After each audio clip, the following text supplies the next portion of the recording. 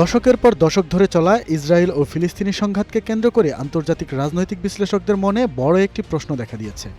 রক্তক্ষয়ী এই সংঘাত আসলে কিসের জন্য? ক্ষমতার আধিপত্য, নাকি এর পেছনে রয়েছে গভীর কোনো বৈশ্বিক রাজনীতির সমীকরণ? আন্তর্জাতিক সংবাদ সংস্থা রয়টার্স তাদের এক প্রতিবেদনে জানিয়েছে, জাতিসংঘের একটি তদন্তে গুরুতর কিছু অভিযোগ উঠে এসেছে। সেই তদন্ত প্রতিবেদনের বরাতে জানা যায়, অনেক ক্ষেত্রে ফিলিস্তিনি বেসামরিক নাগরিকদের উপর কোনো উস্কানি ছাড়াই যে হামলা চালানো হচ্ছে তা ইসরায়েলি বাহিনী প্রত্যক্ষ এবং পরোক্ষভাবে সহায়তা দিয়ে যাচ্ছে। যদিও আন্তর্জাতিক অঙ্গনে বিভিন্ন সময়ে আসা অভিযোগ এবং প্রমাণকে ইসরায়েল বরাবরের মতোই সম্পূর্ণ ভিত্তিহীন বলে দাবি করে আসছে। তবে মানবাধিকার সংস্থাগুলোর মতে এই সংঘাত ও পাল্টা দাবির আড়ালে ফিলিস্তিনি সাধারণ মানুষের মানবিক বিপর্যয় দিন দিন আরও প্রকট হচ্ছে।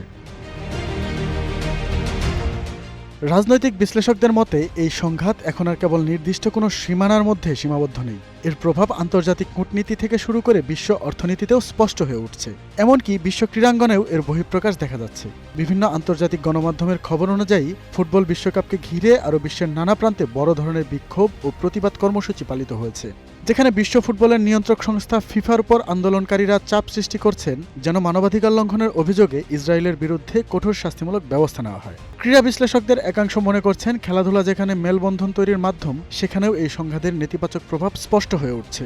ভূ রাজনৈতিক গবেষকদের কেউ কেউ দাবি করছেন, এই সংঘাত এখন আর শুধু দুই পক্ষের অভ্যন্তরীণ লড়াই নয়, বরং এটি বর্তমান বৈশ্বিক রাজনীতির অন্যতম একটি জটিল ও দীর্ঘস্থায়ী সংকট। বিভিন্ন আন্তর্জাতিক ফোরামে আলোচনা চলছে যে পরাশক্তিগুলোর স্বার্থের দ্বন্দ্ব এবং মধ্যপ্রাচ্যে আধিপত্য বিস্তারের কূটনীতি এই সংকটকে আরও জটিল করে তুলছে কিনা।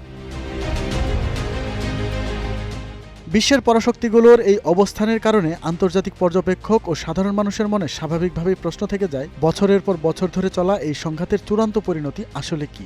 বিশ্ব সম্প্রদায় কি পারবে আলোচনার টেবিলে কোনো স্থায়ী কূটনৈতিক সমাধান নিশ্চিত করতে, নাকি বৈশ্বিক ভূরাজনীতির মারপ্যাচে এই অঞ্চলের সাধারণ মানুষকে আরও দীর্ঘ সময় সংকটের মধ্য দিয়ে যেতে হবে? তাহিদুল ইসলাম, নিউজ ডেস্ক, গ্লোবাল টেলিভিশন।